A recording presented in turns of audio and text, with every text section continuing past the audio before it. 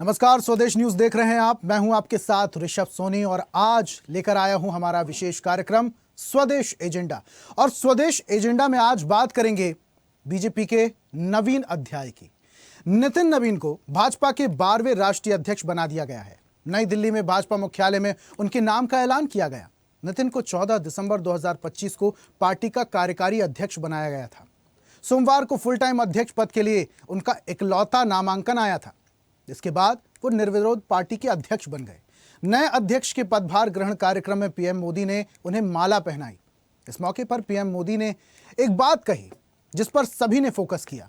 मोदी ने कहा, भाजपा ऐसी पार्टी है जहां लोगों को लगता होगा कि मोदी जी इतनी छोटी उम्र में मुख्यमंत्री बन गए, हेड ऑफ गवर्नमेंट बन गए। इन सबसे बड़ी चीज यह है कि मैं बीजेपी का कार्यकर्ता हूं। मैं मानता हूं नितिन जी मेरे बॉस हैं, मैं उनका कार्यकर्ता हूं।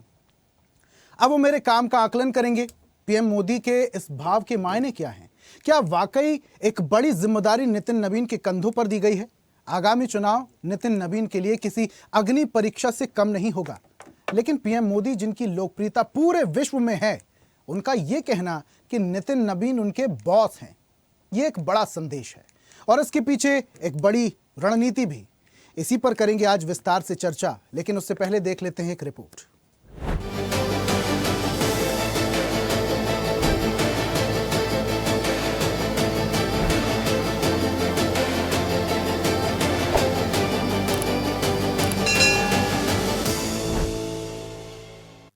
माननीय नितिन नवीन जी,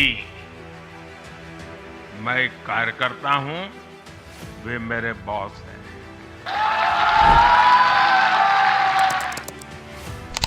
हम ऐसे राजनीतिक दल से जुड़े हैं जहां राजनीति सत्ता नहीं साधना है, राजनीति भोग नहीं त्याग है, राजनीति ऐशो आराम नहीं तपस्या है, राजनीति कोई पदभार नहीं उत्तरदायित्व है।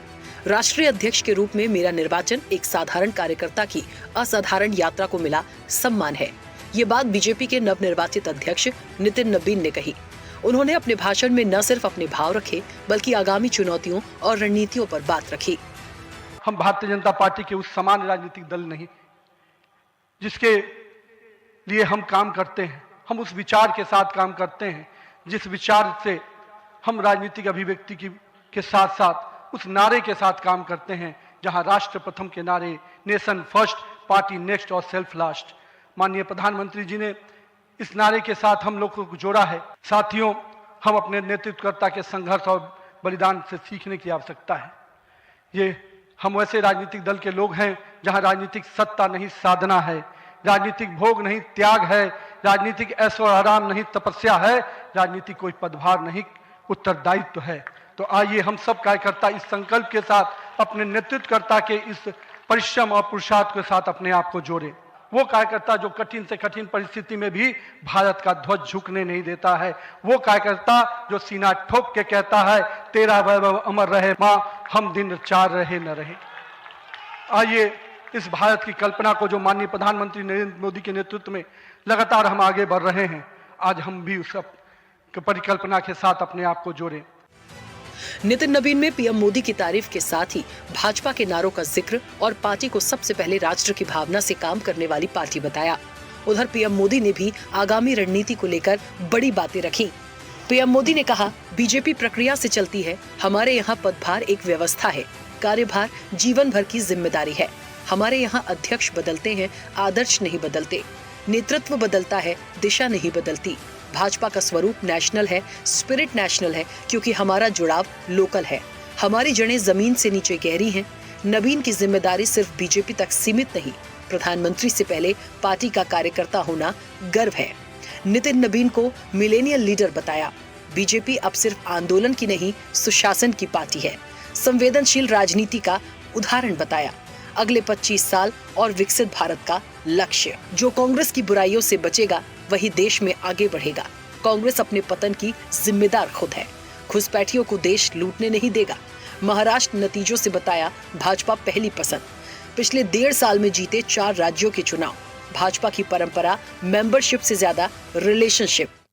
लोगों को लगता होगा कि नरेंद्र मोदी देश के प्रधानमंत्री है, तीसरी बार प्रधानमंत्री बने, 50 साल की छोटी आयु में मुख्यमंत्री बन गए, 25 साल से लगातार हेड ऑफ द गवर्नमेंट रहे हैं।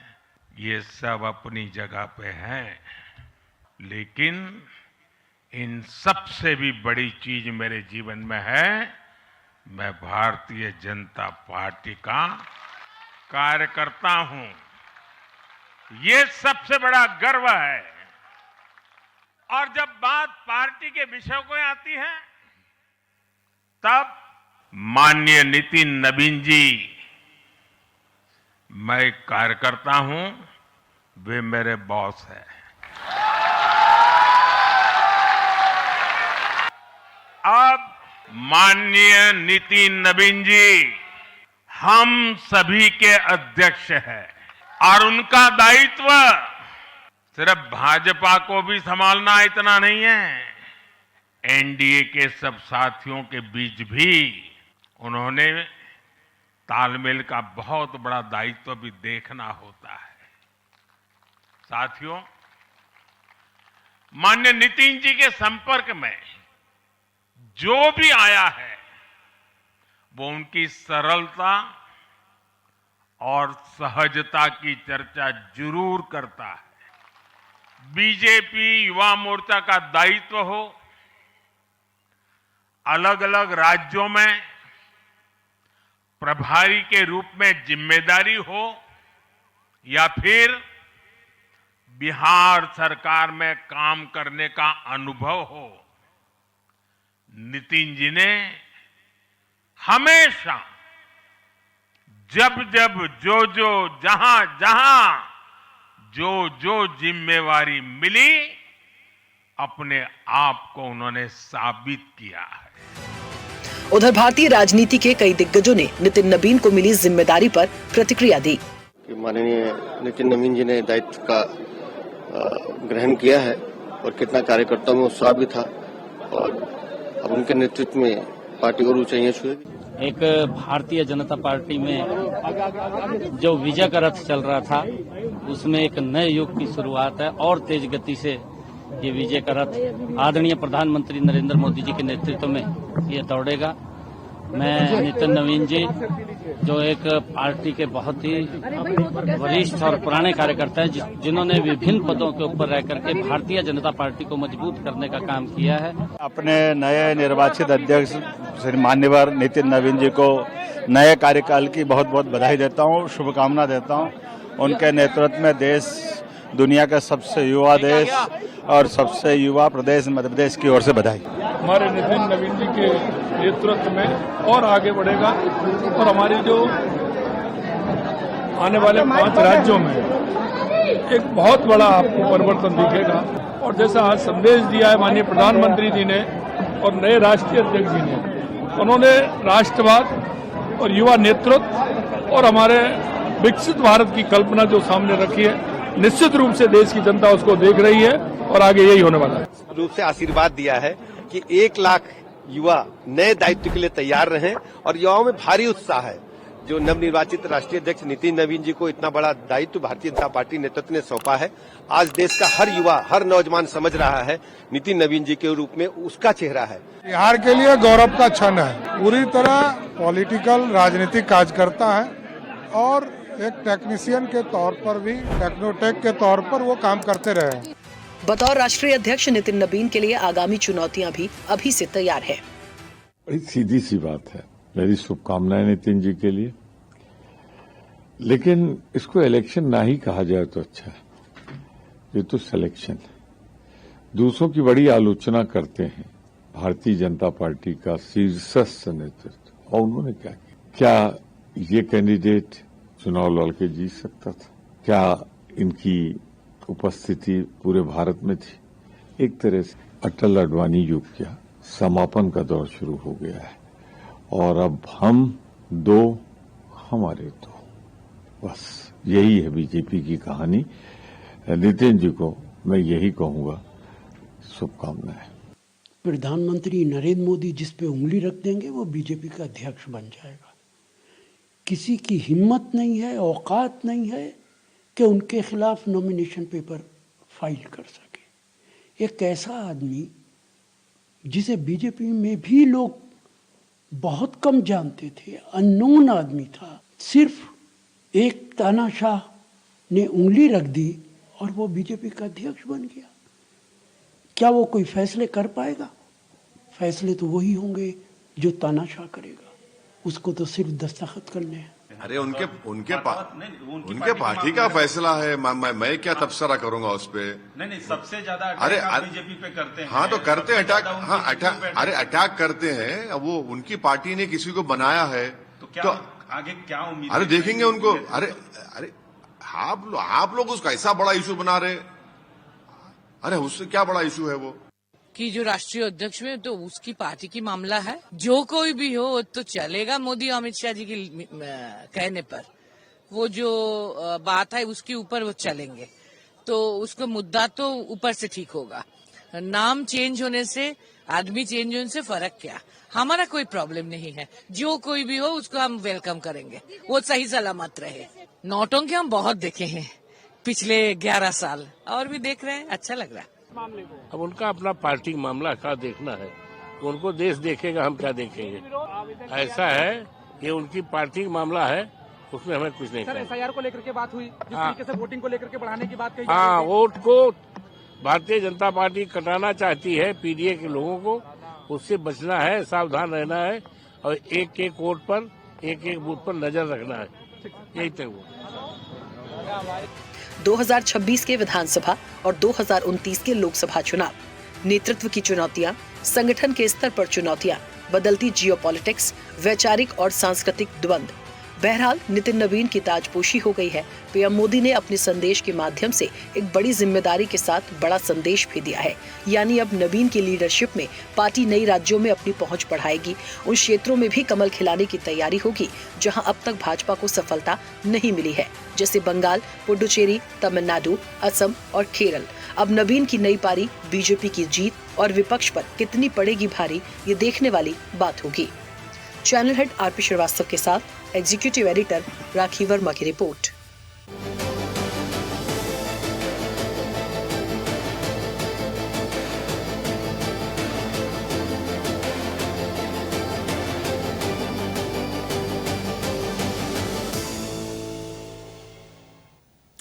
तो बीजेपी की नवीन पारी, नितिन नवीन पहले कार्यकारी अध्यक्ष बने और उसके बाद नॉमिनेशन उन्होंने भरा, उसके बाद अब वो अध्यक्ष बन चुके हैं। बीजेपी के नए खेवनहार, बड़ी बड़ी जिम्मेदारियां भी होंगी क्योंकि 2026-2027 विधानसभा चुनाव के नजरिए से बहुत ज्यादा इंपॉर्टेंट है। तैयारी 2029 की करनी है। इस हिसाब से नितिन नवीन के कंधों पर बहुत बड़ी जिम्मेदारी बीजेपी ने दे दी है। लेकिन उससे ज्यादा चर्चा का विषय है प्रधानमंत्री मोदी का बयान, और ये बयान सिर्फ बयान नहीं, एक संदेश भी था। संदेश ये कि नितिन नवीन मेरे बॉस हैं। अब नितिन नवीन प्रधानमंत्री मोदी के बॉस हैं, इसका मतलब बीजेपी के हर कार्यकर्ता के बॉस हैं, चाहे वो कितना ही बड़ा दिग्गज नेता क्यों ना हो। इसी पर आज हम बहस करेंगे। कुछ मेहमान हमारे साथ जुड़ रहे हैं, जल्दी से परिचय करवा देते हैं। बीजेपी प्रवक्ता अजय पाठक हमारे साथ हैं। अजय जी, बहुत स्वागत आपका। कांग्रेस से पूर्व मंत्री हैं कुंडरू पुष्पलीला। कुंडरू जी, आपका भी बहुत बहुत स्वागत करता हूं मैं। सपा प्रवक्ता हैं यश भारती। यश जी, बहुत स्वागत हमारे साथ स्टूडियो में मौजूद होने के लिए। वरिष्ठ पत्रकार डॉक्टर कुमार राकेश हैं। राकेश साहब, बहुत स्वागत आपका। और राजनीतिक विश्लेषक हमारे साथ जुड़ रही हैं जकिया खान। जकिया जी, आपका भी बहुत बहुत स्वागत करता हूं। चर्चा की शुरुआत अजय जी आपसे ही। सबसे पहले तो अजय जी, बहुत बहुत बधाई, आपको 12वें राष्ट्रीय अध्यक्ष मिल चुके हैं, पार्टी के नए खेवनहार। अब लीडरशिप चेंज हो चुकी है।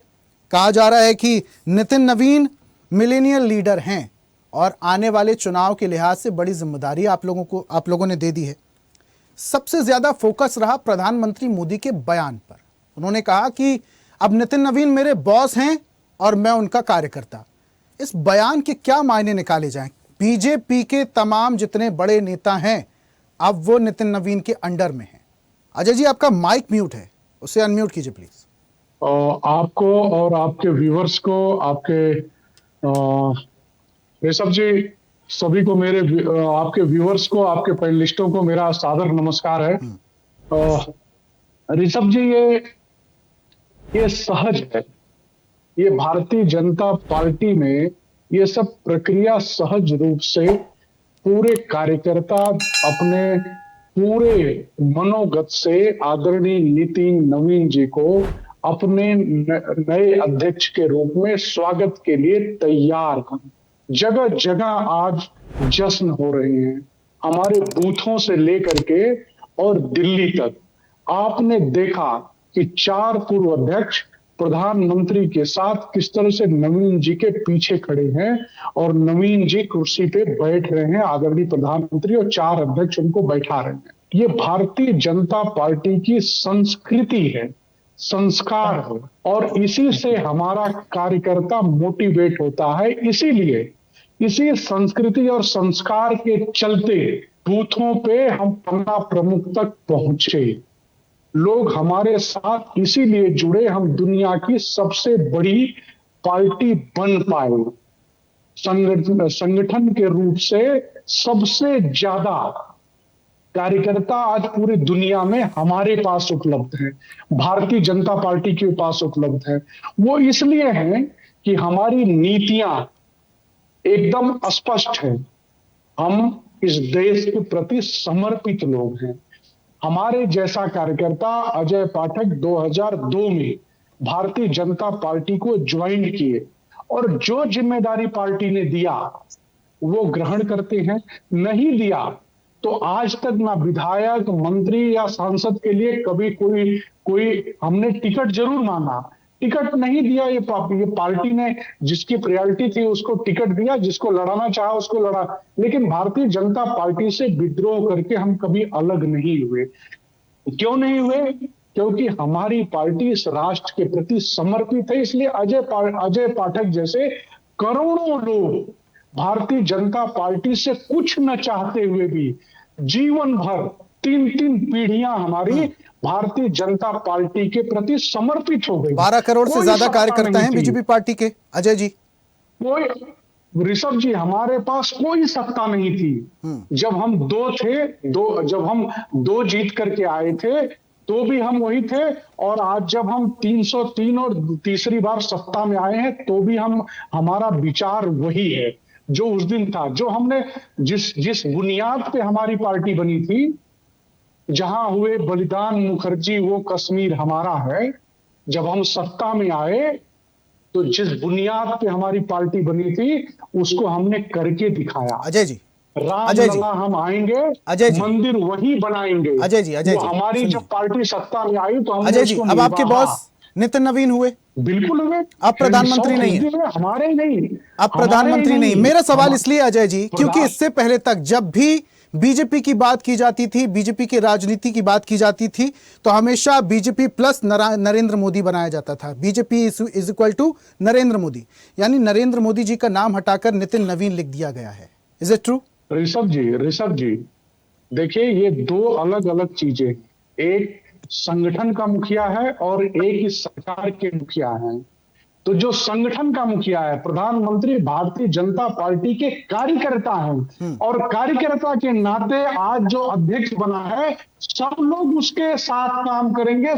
जो भारतीय जनता पार्टी का बॉस है वो आज नितिन नवीन जी हैं। अजय जी, नितिन नवीन जी अध्यक्ष बनते हैं और उसके बाद प्रधानमंत्री मोदी बोल देते हैं नितिन नवीन मेरे बॉस हैं। जेपी नड्डा के लिए इससे पहले किसी भी नेता ने यह नहीं कहा। जेपी नड्डा राष्ट्रीय अध्यक्ष थे, इससे पहले तो कभी नहीं कहा गया जेपी नड्डा के लिए कि हमारे बॉस हैं। आज प्रधानमंत्री बोल रहे हैं कि नितिन नवीन मेरे बॉस हैं। अब यह भी कहा जा रहा है, विपक्ष के नेताओं की कुछ प्रतिक्रिया आपने सुनी होगी। विपक्ष के नेता कह रहे हैं इलेक्शन नहीं है, सिलेक्शन है। मोदी किसी पर भी हाथ रख देंगे, उस शख्स को रातों रात राष्ट्रीय अध्यक्ष बना दिया जाएगा। तानाशाही के चलते प्रधानमंत्री मोदी ने एक ऐसे शख्स को राष्ट्रीय अध्यक्ष बना दिया जो सिर्फ इस रबर स्टैम्प के तौर पर काम करेगा। इस बात का खंडन कैसे करेंगे? ऋषभ जी, खंडन करने की जरूरत नहीं है, तो मानसिकता है ना। आप जैसा अपने परिवार में संस्कार पाए होंगे वैसे दूसरों के बारे में बोलेंगे। तो कांग्रेस और बाकी पार्टियों का संस्कार ही वही है ना। परिवार से बाहर निकलने की कभी चेष्टा ही नहीं थी। परिवार से बाहर निकलने की, अगर उसके परिवार के बाहर गए तो 63 बार कांग्रेस टूट गई।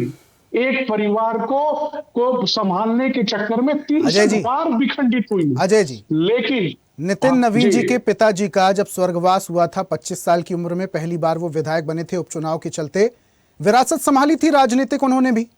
आप परिवारवाद का आरोप चाहे भले ही विपक्षी पार्टियों पर लगा दीजिए, लेकिन यहां पर क्या हो रहा है ये भी देखना होगा ना अजय जी।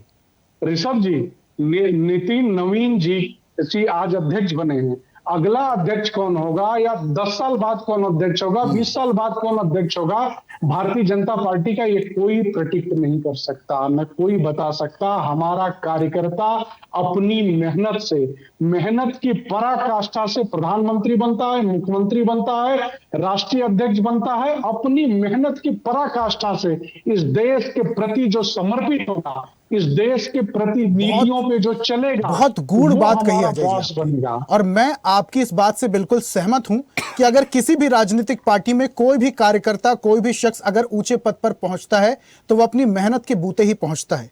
बीजेपी में मेहनत करने वाले नेताओं की कमी थी क्या? राष्ट्रीय अध्यक्ष के नाम को लेकर रेस में कई सारे नाम थे, शिवराज सिंह चौहान, धर्मेंद्र प्रधान, डॉक्टर रमन सिंह, मनोहर लाल खट्टर, भूपेंद्र सिंह, तमाम ऐसे नाम थे। नितिन नवीन जी, जिनको ज्यादातर लोग अच्छे से जानते भी नहीं थे, उनकी पहचान तब सामने आई जब छत्तीसगढ़ का चुनाव उन्होंने जिता दिया, बिहार में अच्छी खासी जीत चुनाए, उसके बाद वो सुर्खियों में आने लगे। इससे पहले ज्यादा लोग नहीं जानते थे। तो ऐसे में आपकी पार्टी में कहीं असंतोष की स्थिति तो नहीं हो जाएगी? ऋषभ जी, ये भारतीय जनता पार्टी है और भारतीय जनता पार्टी का संगठन एक एक व्यक्ति नितिन नवीन जी को जानता है। नितिन नवीन जी युवा मोर्चा के राष्ट्रीय महामंत्री रहे हैं, उनके अंडर में मैं भी काम किया हूं, अजय पाठक भी उनके अंडर में काम किया है, और उसके बाद वो बिहार प्रदेश के युवा मोर्चा के अध्यक्ष रहे, 4 बार विधायक चुन के आए, 2 बार मिनिस्टर रहे। अब वो तो ये देखिए, ये तो एक हताशा का विषय है विपक्ष पे। विपक्ष जिन नेताओं के नाम पॉपअप हो रहे थे अजय जी, जिन नेताओं के नाम पॉपअप हो रहे थे वो राष्ट्रीय अध्यक्ष बनने लायक नहीं थे क्या? ऐसा नहीं है, मैं बस यही समझना चाह रहा हूं, नितिन नवीन जी क्यों? भारतीय जनता, ऋषभ जी, भारतीय जनता पार्टी का एक एक कार्यकर्ता राष्ट्रीय अध्यक्ष बनने की काबिलियत रखता है, लेकिन एक ही व्यक्ति बनेगा राष्ट्रीय अध्यक्ष, तो एक ही व्यक्ति बनेगा ना, जिसको चलिए ठीक है, राष्ट्रीय अध्यक्ष एक ही बनेगा। राष्ट्रीय अध्यक्ष एक बन चुके हैं नितिन नवीन, और 30 प्रदेशों के लोगों ने अपना रिकमेंड किया और राष्ट्रीय नेशनल हमारी जो काउंसिल है उसने रिकमेंड किया, वो अध्यक्ष बने। एक ही व्यक्ति अध्यक्ष बनेगा, या अध्यक्ष के लिए कोई 10-20 लोग थोड़ी है। यश जी हंस रहे हैं, अध्यक्ष बनेगा वो अध्यक्ष बने। यश जी हंस रहे हैं, ठीक है अजय जी, मैं आऊंगा आपके पास। सामूहिक टुंडू जी भी हंस रही हैं, उनका ही मैं रुख कर लेता हूं, उनसे भी समझते हैं, बातचीत करते हैं। अजय जी ठीक है, उन्हें भी चर्चा में शामिल करते हैं। पुष्पलीला जी, पूरी बात आप सुन रही थी, इससे पहले जो बाइट्स चल रही थी, जो प्रतिक्रियाएं चल रही थी विरोधी नेताओं की, बीजेपी नेताओं की, वो भी आप सुन रही थी। अभी अजय जी की भी पूरी बात आपने सुनी। मैं आपसे समझना चाहूंगा, आपके नेता कह रहे हैं कि ये इलेक्शन नहीं है, ये सिलेक्शन है, और बीजेपी में तो सिलेक्शन नहीं इलेक्शन ही होता है। पूरी प्रोसेस के चलते नितिन नवीन को राष्ट्रीय अध्यक्ष बनाया गया है ना। इससे पहले वो कार्यकारी अध्यक्ष थे, उसके बाद अध्यक्ष बनाया गया, नॉमिनेशन बाकायदा उन्होंने भरा, शपथ ली उन्होंने, तो एक प्रोसेस के चलते बनाया। आप लोग कह रहे हैं सिलेक्शन है। मैम आपका माइक म्यूट है, प्लीज अनम्यूट। एक मिनट भैया। जी जी। अमित शाह ने क्यों नहीं दिखा वहाँ पर? आप जरा सोचिए, अमित शाह दोनों रहते किसी काम में, दोनों स्टेज पे प्लेटफॉर्म में दिखते थे। आज अमित शाह का वहाँ पर प्रेजेंस क्यों नहीं है? एक सवाल। दूसरी बात, इन्होंने जब नया चेहरा यंग जनरेशन को एक्सेप्ट करा, कल के दिन वोट का यूथ का लेने के लिए एक फोटो तो लगा दिया, बाकी का पूरा वही है। चेहरा बदलने से कुछ नहीं बदलेगा। यहाँ पर जो है ना वैसी चीज जो करने का है, सामने फोटो लगा देके उनको काम कराने के, पीछे से जो है ना दो में तो प्रधानमंत्री जो, इनको तो बास माने भाई। हमको तो सोच में तो मैं तो परेशान हो गए। किसी को बास बोलने से बनाने से बास नहीं बनता है। किसका बास है?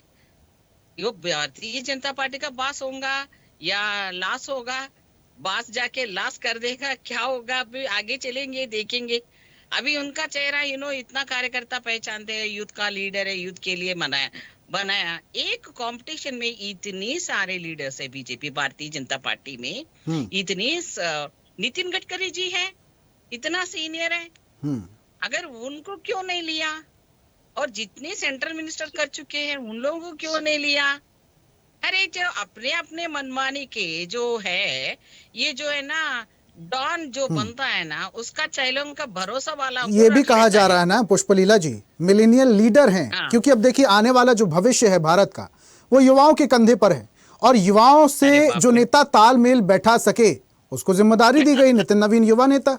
अरे भैया मैं बोलती हूँ ना, ये बोलने का तरीका ये जो है ना, जो बदलाव को कंपटीशन में नहीं होने का इन लोगों ने डरा के उनको चेहरा को एक सिंगल पर्सन को सेलेक्ट कर दिया। सेलेक्टर पर्सन है, इलेक्शन पर्सन तो नहीं है, मैं तो मानती हूँ 100%।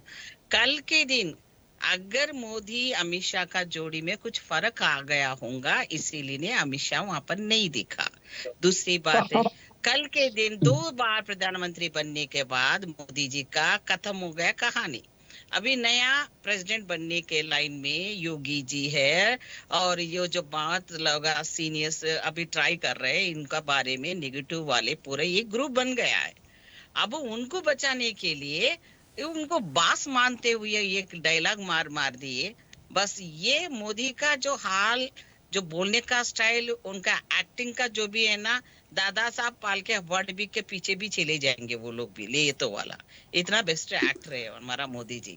तो ये ऐसा लीडर आप लोग बोल रहे हैं पुष्पलीला जी, इंडिया को अभी तक चेहरा नहीं दिखा जी। आप लोग कह रहे हैं कि नितिन नवीन इस रबर स्टैम्प के तौर पर काम करेंगे। अब प्रधानमंत्री खुद बोल दे रहे हैं वहां पर कि नितिन नवीन हमारे बॉस रहेंगे, मैं उनका कार्यकर्ता। अरे भैया 2 दिन देखो ना, 2 दिन के बाद क्या होने वाला है बीजेपी में। अच्छा। मुसलम चलेगी, क्योंकि ये लोग अपने आप मनमानी नहीं चलेगा। ये डेमोक्रेसी का अगेंस्ट लोग है, ये लोग पार्टी में डेमोक्रेसी नहीं है, और जो पब्लिक के बारे में काम करने में डेमोक्रेसी नहीं है। तो ये सोचों का जो है ना, चेहरे बदले मगर जो उन लोगों का आलोचना नहीं बदलते ना।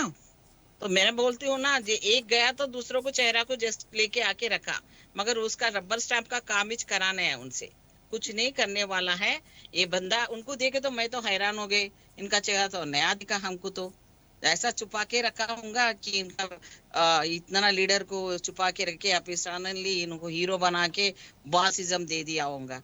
अब उनका पार्टी वाला कितना एक्सेप्ट करा नहीं करा, जैसा डेमोक्रेसी सिस्टम में जो उसको कंपटीशन में कोई तो भी रहना चाहिए। केवल नॉमिनेशन का तो कॉम्प्लीमेंट जनता के लिए तो भी थोड़ा लोगों को रखना चाहिए। ऐसा सिंगल पर्सन को नॉमिनेशन कैसा एक्सेप्ट होता है भाई? ये नाइंसाफी है।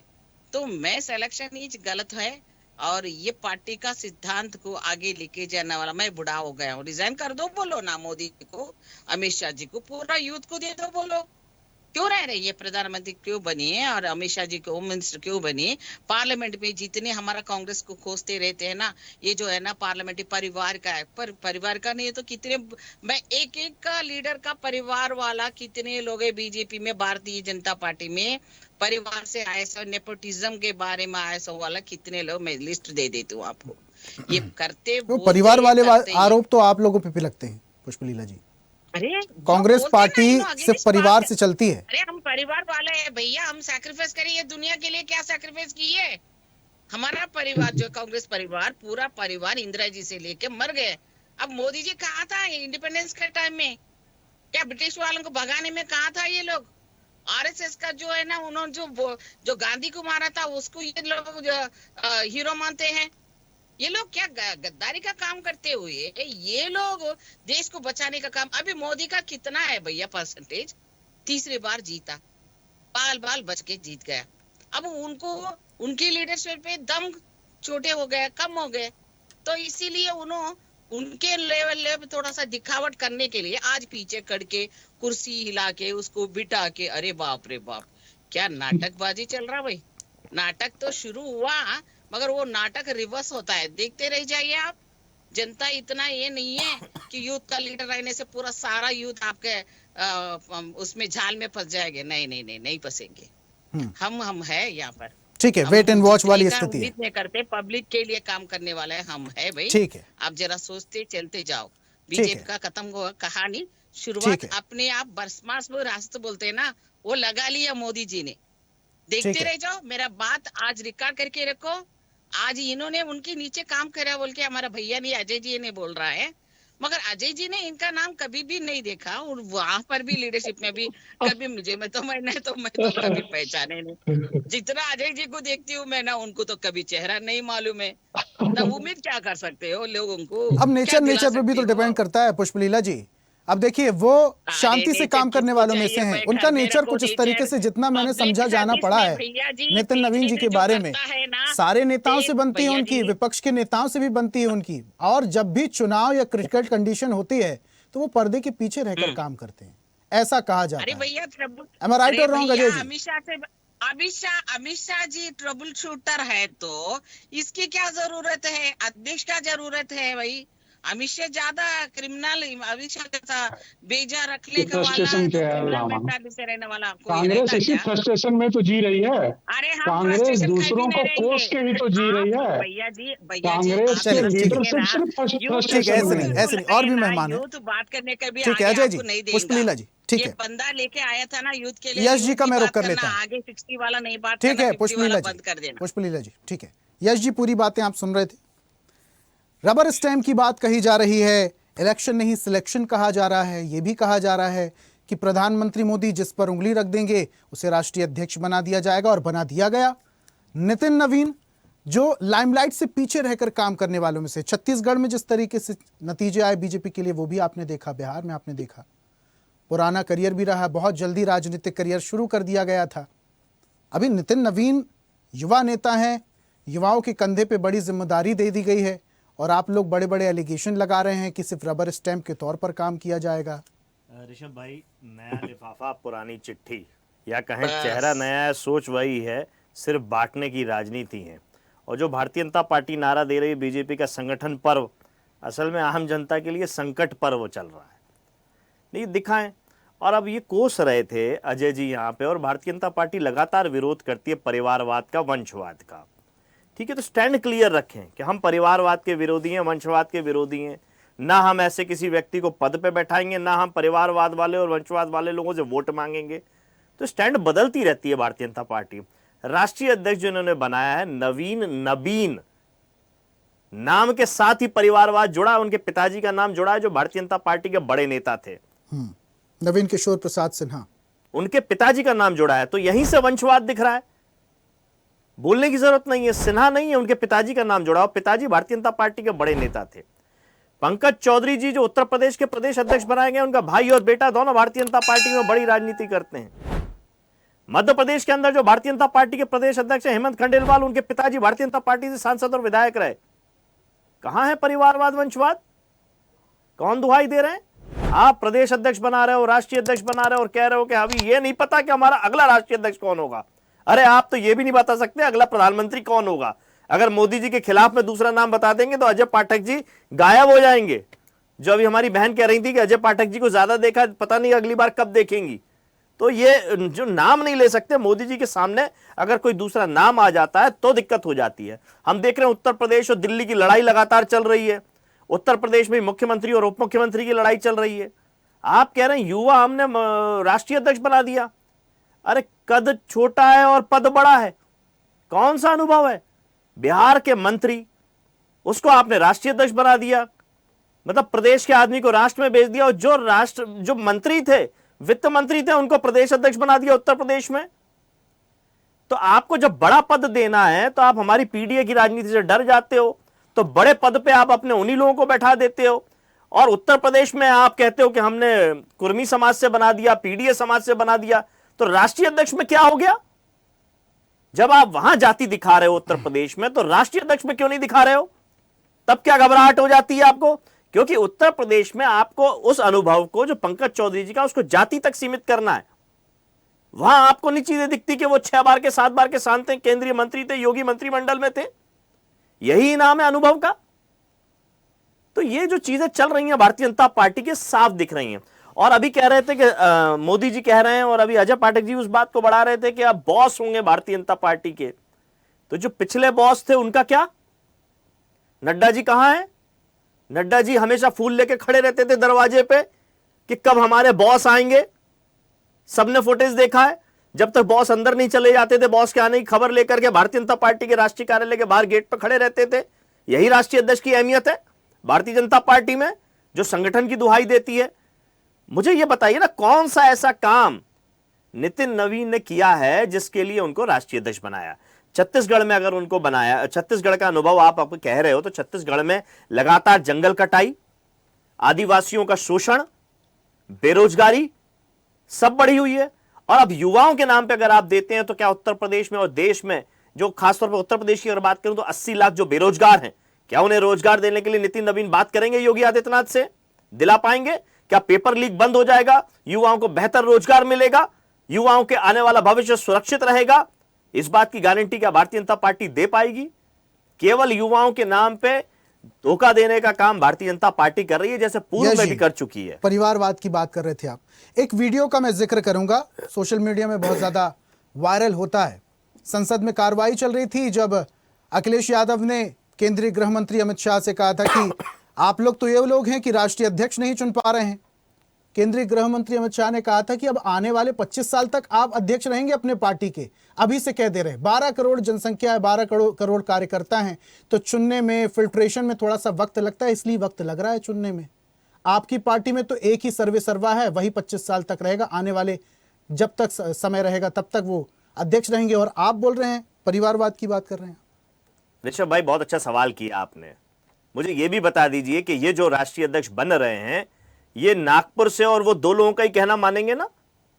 नड्डा जी का कोई एक फैसला बता दीजिए जो नड्डा जी का हो, और अब आने वाले नितिन नवीन का कोई एक फैसला मुझे बता दीजिएगा। प्रधानमंत्री ने कह दिया ना कि अब मेरे बॉस होंगे नितिन नवीन। अरे तो क्या कहेंगे? मेरे चपरासी होंगे, नड्डा जी की तरह गुलाब का फूल लेके खड़े रहेंगे, जब तक मैं आ नहीं जाऊंगा तब तक अंदर नहीं जाएंगे, ये कहेंगे क्या वो?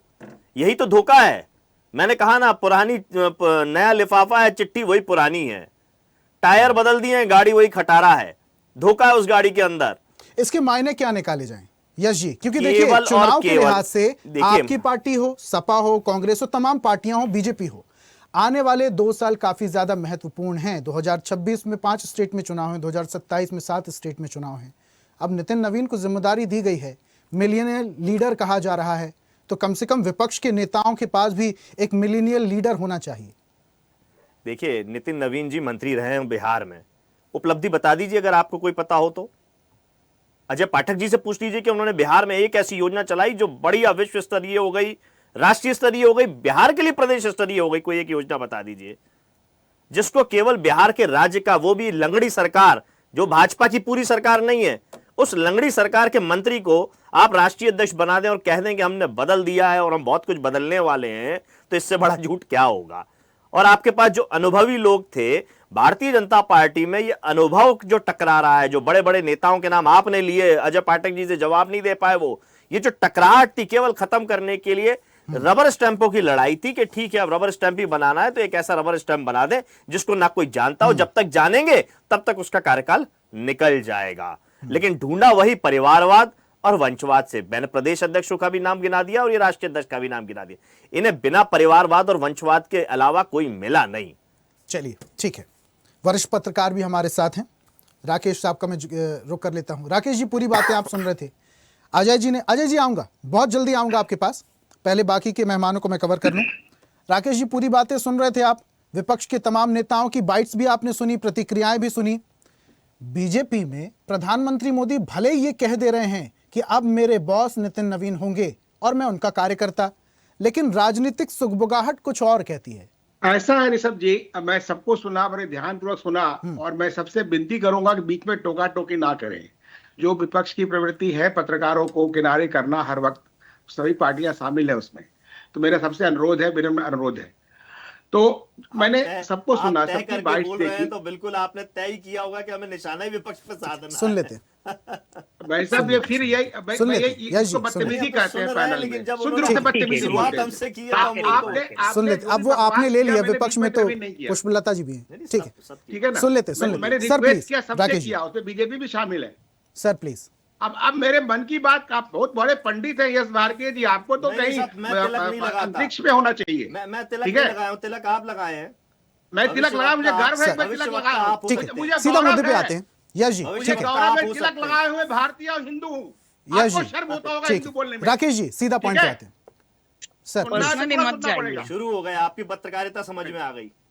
अरे आपकी समझ में आई गई, आप अपने नेता को फॉलो नहीं कर रहे हैं। क्या विषय से हट करके ही चलना चाहते यही हैं? बदतमीजी मैं एक्सपेक्ट कर रहा था। ऋषभ जी मैंने तो नहीं बोला ऐसे ये नहीं, तिलक लगाने पे एक एक करके एक एक करके तिलक लगाने पे एक एक करके अजय जी प्लीज, अजय जी राकेश जी को सुनते हैं सर। राकेश जी, ये बात राकेश बहुत जी, राकेश जी। आपत्तिजनक है ना कि तिलक लगाए आप। नहीं, भविष्यवक्ता ये बहुत आपत्तिजनक बात है ना।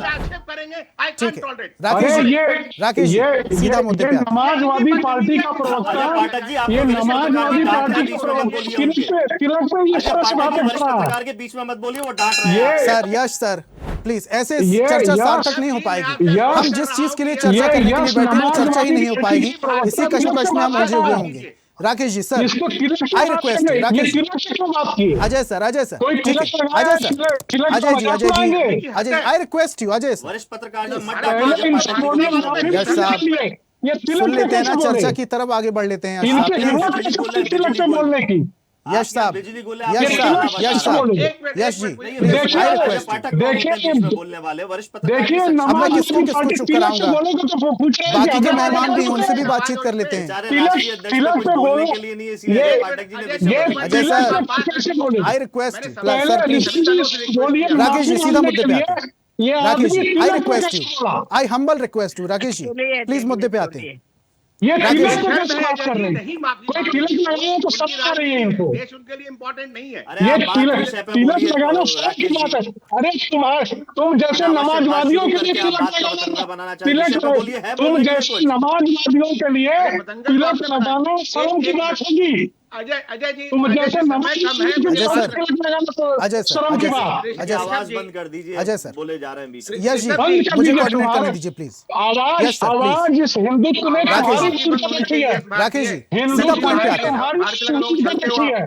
राकेश जी सीधा पॉइंट पे आते हैं प्लीज सर। हाँ, मैं बात ये रख रहा था, जितने आपने लोगों का कमेंट सुनाया, सबसे अच्छा कमेंट ओवैसी साहब का था, और साथ साथ शायद अवधेश जी थे सभा पार्टी के, उन्होंने बहुत ही अच्छा कमेंट किया कि भाई उनका अंदरूनी मामला है, मैं कौन होता बोलने वाला। शायद उसी पार्टी के भारती, उनको सुनाई नहीं पड़ा अपने वरिष्ठ लीडर की आवाज। नंबर 1। नंबर 2, ओवैसी साहब ने कहा साहब उनकी पार्टी है, वो किनको बनाते हैं, क्यों बनाते हैं, वो जाने, उनका काम जाने। एक संसदीय टिप्पणी एक सांसद किया। उसके अलावा एक ऐसे साहब राशिद अलवी ने कहा, तानाशाह बेचारे भूल जाते हैं, 50 साल के कांग्रेस के इतिहास में 4 चेहरे, 3 खानदानी, वंशवादी, भूल जाते हैं इतिहास। बीजेपी के 45 साल में 45 साल का युवा नेता, 9 चेहरे, 45 साल के नहीं इतिहास कर रहे हैं भैया। आप मैं- पत्रकार मैं- होते देखिए, हुए मैडम ने आप मैं आपके बीच में नहीं बोला, प्लीज मैं रिक्वेस्ट कर रहा हूँ, मैं अपनी, मुझे बात रखने का अधिकार है। एक पत्रकार के जैसे बात करिए आप प्लीज। मैं पत्रकार हूँ, आपसे सीखना नहीं है मुझे। हाँ बस, पॉलिटिशियन मुझे का आपसे जैसा सीखना मत नहीं है, क्या करिए। बोलना है क्या नहीं बोलना है, सॉरी। हाँ, आप वही सीखिए, तो जरा याद दिला तानाशाह दूं। किसे कहते हैं, बादशाह किसे कहते हैं, वंशवाद किसे कहते हैं, परिवारवाद किसे कहते हैं। बास अब किसे मैं कहते हैं? मैं घंटों बहस कर सकता हूँ, ठीक है। हाँ, मैं भी कर सीताराम सकती हूँ। सीताराम केसरी जी सुनने के का साथ हिम्मत रहा है हूँ और देखा हूँ कैसे बेइज्जत किया गया उनको, कैसे निकाला गया, धोती ठीक है खोली राकेश गई। जी, बात करते हैं आप। राकेश जी एक बड़ी चुनौती होगी मैं वो नितिन दिन भी नवीन जी देखा के हूं, कंधों पर, एक आयु बड़ी से हूं चुनौती होगी 2026-2027 के लिहाज से। आप टोकते हैं, टोकेंगे तो फिर गलती गड़बड़ हो जाएगा। मेरे पास पूरे मेरे आंखों देखे दस्तावेज में, किताबों बात नहीं करता, सॉरी। तो ऐसा है ऋषभ जी, आपने चुनौतियों की बात कही, तो जो लोगों ने कमेंट, अपना पहला सवाल जवाब था, उन कमेंट में 2 अच्छे कमेंट थे, नंबर 1। नंबर 2, बात रही बीजेपी की, ये बीजेपी की जिम्मेवारी है। ये बीजेपी जो चुनौतियां हैं, बीजेपी का अपना कल्चर है। यदि उसमें तुलनात्मक करें, क्या सापा में पिछले 25 वर्षों में 4 नाम अध्यक्ष थे, या टीएमसी में हमारी दीदी के अलावा 2 नाम, या कांग्रेस में 3 नाम के अलावा पूरे हमें 100 साल का इतिहास पूरा खंगाल लीजिए। हमारी इंदिरा गांधी जी के बाद 67 के बाद कितने अध्यक्ष आए। तो जो डेमोक्रेटिक नीति है वो एक इलेक्शन, प्रमोद तिवारी जी बेचारे खुद ही उनकी मैं दुर्गति, दुर्दशा, और अभी जो बैठे हैं सब मैं देखा हूं, तो मैंने सभी पार्टी कवर की है, इसलिए मैं दावे के साथ मैं ऐसी खबर बता सकता हूं जो कभी छपी नहीं, कोई देखी नहीं। तो मैं इसलिए मैं सबसे रिक्वेस्ट किया कि बुलवाइए मत, मुंह मत खुलवाइए। मुद्दा यह है कि उनकी चुनौतियां हैं, नितिन नवीन की, युवा नेता हैं, 5वीं बार वो जीते, मंत्री रहे, और ये बीजेपी की अपनी कार्य संस्कृति है कि अपने किस नेता को कहां किसके लायक समझती है। नंबर 1। नंबर 2, उनकी चुनौतियां स्वाभाविक है। 2047 का प्रधानमंत्री नरेंद्र भाई मोदी ने नारा दिया है विकसित भारत का, उसमें सबको शामिल होना चाहिए, चाहे वो जाति, क्षेत्र, पार्टी के इतर, क्योंकि भारत सबका है, भारत किसी एक पार्टी का नहीं है। उसमें जब विकास की बात होती है तो उसमें सबको शामिल होकर के उसको आगे बढ़ाना चाहिए। विपक्ष अपने दिल पे, दिमाग पे हाथ रख के देखे कि विकास के मसलों पे कहां पे आपने सरकार को सहयोग किया। विकास क्या हुआ मैं बता देती हूँ आपको स्टैटिस्टिकली। पुष्पलीला जी, मैं आऊंगा आपके पास, उसके बाद आप बोल लीजिएगा। जरा टाइम दीजिए हमें। लेट हिम कंप्लीट ना। आप दूसरे का टाइम खोटा कर रही हैं राकेश जी। हाँ, अब जो बात है कि अब ये तारतम्य तोड़ना इन लोग की पुरानी आदत है, ठीक है ना, बोलेंगे ना उल्टा कचरा बोलेंगे, दूसरे को बोलने नहीं देंगे। तो मुद्दा ये है ऋषभ जी, आपने जो बात कही चुनौतियों का जो रोड मैप है विकास का, उसमें सबको, मैं सबको बोल रहा हूं, जातिवाद, क्षेत्रवाद, भाई भतीवाद से ऊपर उठ करके विकास के लिए काम करना चाहिए। जो युवा एनर्जी है, जो अभी कई नेताओं का हमने कमेंट सुनाए, विश्व का भारत पहला देश है जो सबसे युवा देश है। 65% जो आबादी है युवाओं की है।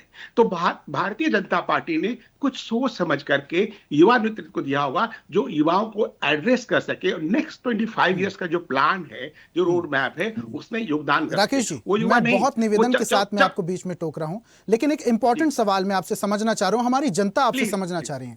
मैं ये आपसे ये समझना चाह रहा हूं राकेश जी, अभी आपने जिक्र किया कि बीजेपी पार्टी हिसाब से जिम्मेदारियां तय करती हैं, जो नेता जो कार्यकर्ता किस अकॉर्डिंग होगा उस हिसाब से जिम्मेदारियां तय करती हैं।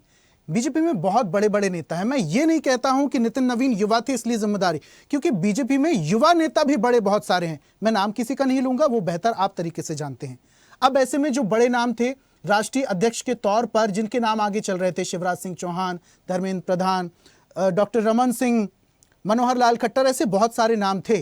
लेकिन नितिन नवीन को जिम्मेदारी दे देना, वो नेता जो ज्यादा लाइमलाइट में रहे नहीं, लाइमलाइट के पीछे रहकर उन्होंने काम किया, आज उन्हें सीधे राष्ट्रीय अध्यक्ष बना दिया गया। मैं समझ गया, समय कब है, आपकी बात को मैं समझ गया, आपकी भावनाओं को समझ गया। ये जितने नाम थे, क्या ये भाजपा के द्वारा उछाले गए थे?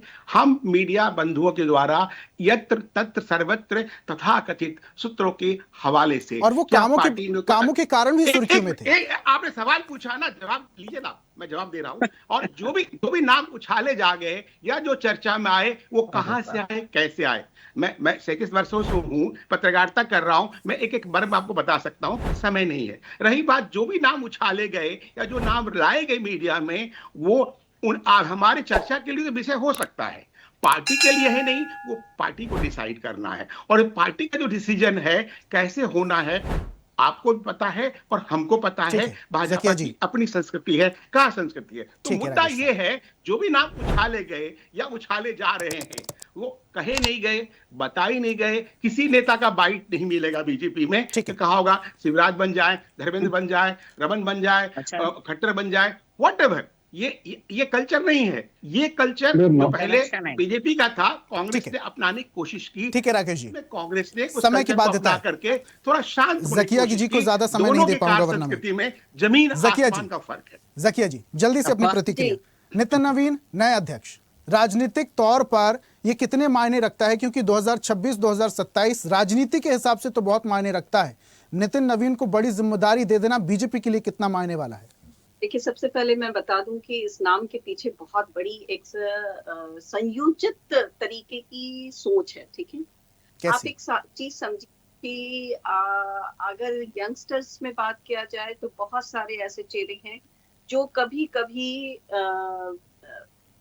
सही तरीके से अपनी बात रखने में विफल हो जाते हैं। सही तरीका मतलब वो एक विचारधारा को हटा के कॉमन फेवर की बात कर देते हैं। उसमें सबसे पहले नाम आप एक एग्जाम्पल ले लीजिए है कि गडकरी जी का बहुत ज्यादा रहा, और भी बहुत सारे ऐसे एग्जाम्पल्स रह चुके हैं। ठीक है, तो इस चीज को आप किसी भी तरह से डिनायल नहीं कर सकते कि जहाँ की दो मिलीजुली सरकार है, दोनों की मिलीजुली सरकार, तीसरा कोई आ नहीं सकता। और तीसरा कोई आ नहीं सके, इस विचार को ही रख के सबसे पहले सोचना है कि किसको रखा जाए। ठीक है, तो पहले तो कट हो गया कि जो भी अपोज कर सकता है, जो भी इस चीज के आगे आ सकता है, वो बिल्कुल सिरे से साजिश में दूर हो गया, क्योंकि जो भी थे वो सारे सीनियर्स लेवल से आ रहे थे, तो सीनियर्स को कट कर दिया गया, ये कह के कि यंग्स आ रहे हैं। नो यंग्स की बात जहाँ पे की जाए वहां पे ये ही चेहरा क्यों, ये एक सवाल है। तो देखिए यंग्स में बहुत सारे ऐसे हैं जो जोशीले हैं और जोश में अपनी वार्ता को रखते रखते वो कहीं ना कहीं वो सोच में चले जाते हैं जहां समाज का सुधार हो। लेकिन यहाँ पे बात समाज के सुधार की नहीं, बात है विचार की, विचार को लेके चलना है, सुधार को लेके नहीं। सिंपल सा बात है। और हमेशा इलेक्शन के पहले भी और सब जगह कहा गया है, बजाते दिग्गज नेताओं ने कहा है, अच्छे अच्छे लोगों ने कहा है बीजेपी की कि हाँ भाई हमारी विचारधारा है, उस विचारधारा को हमें लेके चलना है, हमें है कल्याण से ज्यादा अपनी विचारधारा को अहमियत देनी है। अब यहाँ पे अजय जी ने भी शुरुआत की, उन्होंने बोला हमने राम मूवी का सोचा और राम हमने पाई, और बहुत सारी ऐसी चीजें हैं जो इस विचारधारा को स्पष्ट करती है। और ये विचारधारा कोई गलत नहीं है, आपने अपनी आइडियोलॉजी बनाई थी, उस आइडियोलॉजी को लेके चलना है, उस आइडियोलॉजी पे चलने लायक एक समांतर तरीके से चलने लायक युवक चाहिए था, जो आपके है नीचे हर तरह से, हर दृष्टि से रहे और हर दृष्टि से रहते हुए अपनी चीजों को संयोजित तरीके से कर सके। दूसरी बात है, यहाँ पे एक सवाल और उठा कि अमित शाह जी क्यों नहीं, तो डेफिनेट सा बात है कि जहाँ परिवारवाद में चीजें सोच में आती है कि शायद मेरा आने वाला वंशज कुछ आगे बढ़ सकता है या कुछ इस तरह की, तो वहां पे फिर इस तरह से कटराव होती है और इस तरह की मिसअंडरस्टैंडिंग होती है। लेकिन ये कोई बड़ी बात नहीं है। अब बात रही कि आने वाला 2026 और 27 में क्या ये रूपरेखा किस तरह से हमारे आगे लेके जा सकती है। देखिए एक बात समझिए, जो विचारधारा को लेके ये जा रहे हैं और जिस चीज को ये काबू करने की कोशिश कर रहे हैं वो है जंजिश। जेंजी को अगर काबू करने के लिए इनकी सोच है कि हमने एक युवा नेता को यहाँ पे रखा है और इस युवा नेता के प्रभाव में आके वो हमारे संयोजन में आ जाएंगे, हमारे चीजों को आगे बढ़ाएंगे। सोच अच्छी है पर कार्यकर, क्योंकि कार्यकर होने के लिए आपको उस सोच के साथ साथ उस सोच के नतीजों और उसकी स्ट्रेटेजी के लिए एक कोई आपको प्रोजेक्शन करनी होगी, प्रोजेक्ट को लेके चलना होगा, जिस प्रोजेक्ट को दिखाने के बाद फील हो कि हाँ ये फील ऐसी आ रही है जहाँ युवा अपने आप से जुड़े। ऐसे भी आपकी पार्टी के काफी कार्यकर्ता हैं, युवा कार्यकर्ता भी बहुत हैं, तो वो जो चीज चली आ रही है और एक ये सोच करना कि नहीं ये हमारे नए जो नेतागण हैं, ये इनको जो बनाया गया है यंगस्टर हैं तो ये अट्रैक्ट करेंगे, वो नहीं रहेगा। लेकिन तो ऐसे में कश्मकश की स्थिति नहीं हो जाएगी जकिया जी? अगर 75% वाले को 75% वाले स्टूडेंट को अगर क्लास कैप्टन बना दिया जाए तो 95% वालों स्टूडेंट्स को दिक्कत नहीं हो जाएगी? अपनी आइडियोलॉजी को लेते हुए चल रहा है, जो आइडियोलॉजी बीजेपी की है उसको आप आगे बढ़ाते हुए चल रहे हो और आगे बढ़ाते हुए आपने एक सामने में एक ऐसे पेपर को रख दिया है जिसपे आप जो भी चाहे लिख सकते हैं और उस लिखावट को पेश कर सकते हैं। ठीक है, ठीक है जकिया जी, समय अब आगे बढ़ने की इजाजत नहीं देता है। राकेश जी 20 सेकंड में जल्दी से अपनी बात रखिए। राकेश जी, उसके बाद यश जी का मैं रुक करूंगा। 20 सेकंड में अपनी बात रखिएगा सर। बहुत सारी चीजें कि एक मैन Zakia ji please, thank you. उसके पीछे राकेश बहुत जी सारी स्ट्रेटेजी रहती है, बहुत सारे लोग जकिया जी समाप्त कर ले तो मैं वो बोलूं। सारे लोग मिलके इस चीज को चलाते हैं। कोई एक ठीक है जकिया जी, ठीक है जकिया जी, ठीक है आपकी बात पहुंच गई। एक ही उंगली एक ही के ऊपर रखी जाती है। ठीक है राकेश जी 20 सेकंड।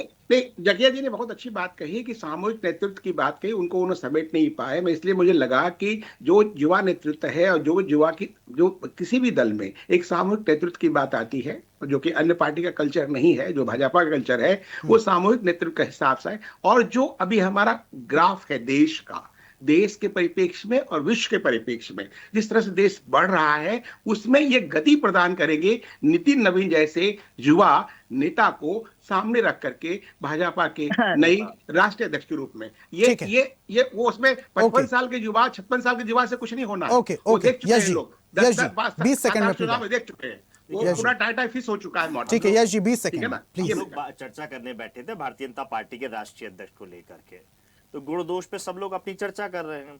सवाल उठा कि आखिर उनका रिपोर्ट कार्ड क्या है। मैंने पूछा बिहार में उन्होंने मंत्री रहते हुए ऐसा क्या किया जो उनको बनाया जाए। छत्तीसगढ़ के मैंने परिणाम बताया कि छत्तीसगढ़ के प्रभारी रहे तो क्या परिणाम दिए।